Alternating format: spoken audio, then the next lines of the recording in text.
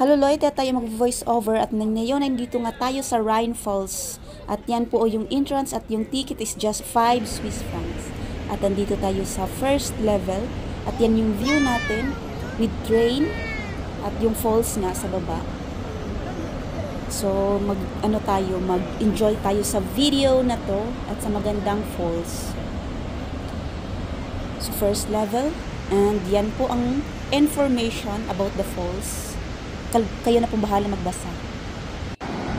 So, ayan nga yung falls. Yan yung Rhine Falls or Rhine Falls. Biggest falls in Europe. So, ito pababa na po tayo at may mga chicks tayong kasama sa harap. Hindi natin kasama yan. Tourist lang din yan. So, tara. Medyo malamig siya, fresh. Kaya nagja-jacket sila. Naka-leather jacket. Ayan nga. Ayan yung anak ko. Gustong magbida-bida, gustong bumaba mag-isa, ayaw ng may naka-hold sa kanyang kamay. Yan yung bida-bida kong anak na babae. Yan. At yan nga, dito na tayo, nakikita natin yung falls. Parang ano na to, second level. Ayan na nga, ayan na nga. So, yan po yung falls. Nakikita mo ngayon. Ayan, sobrang ganda niya. Bilisan natin para matapos na ang video. Ayan na yung falls. Yan, di ba? Grabe yung current ng tubig. Maganda yung view. And sobrang maraming tourists. Yun nga. Ang dami-daming tourists. Kasi maganda yung weather.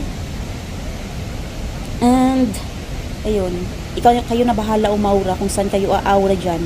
Yan yung falls, Rhine Falls, the biggest falls in Europe.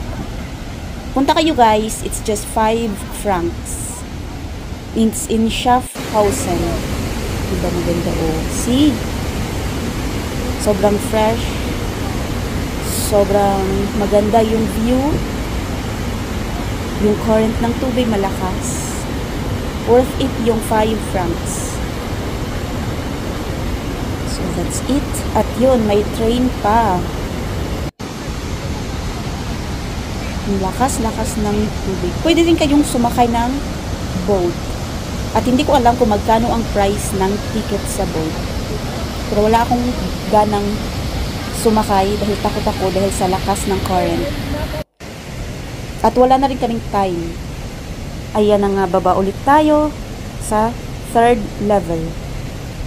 Yan o, nakakita nyo yung mga boat. Pwede kayo sumakay dyan sa boat. Ayan. Aanurin kayo ng tubig. Nakakatakot. Tinitingnan ko pa lang, natatakot na ako. How much more kung sasakay. Yan o, diba? See? Kung gusto nyong mag-boating, ayan, maraming boat. Gustong magpaanod, sige, go Rebels. Yun na, yun.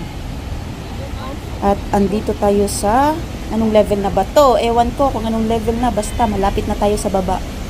Yan o, nakikita nyo yung water current, yung falls na sobrang lakas. Ang daming tao. Hindi ka masyadong makaka-aura. So, advice ko sa inyo, pumunta kayo dito weekdays, not weekend. Kasi pumunta kami ng weekend. Yun lang ang availability namin, weekend. Weekdays, advice ko sa inyo dahil hindi masyadong maraming tao. For sure. Ayan, yan yung last level. Yan yung last level ng viewing deck. Parang ganun siya, viewing deck. O, diba? O, sobrang lakas ng current. Tingnan nyo, parang ano pa siya, nagsismoke. Ano ba yan? Smoke? Tawag dyan. Ewan ko. Basta yun na yun.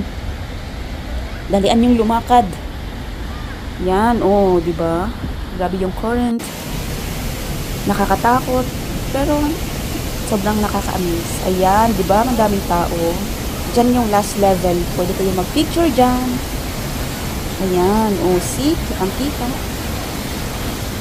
Kinagandahan is for the past few days umuulan, so yan, malakas yung water flow.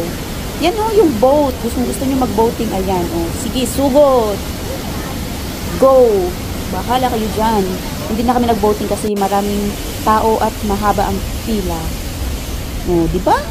Sabi ko sa inyo. O, di may tao. Hindi ka makaka-aura. So, advice is visit Rhine Falls during weekdays. See?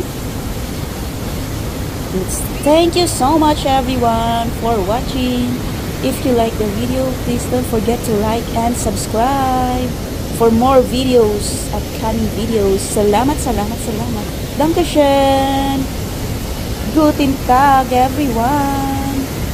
Ciao.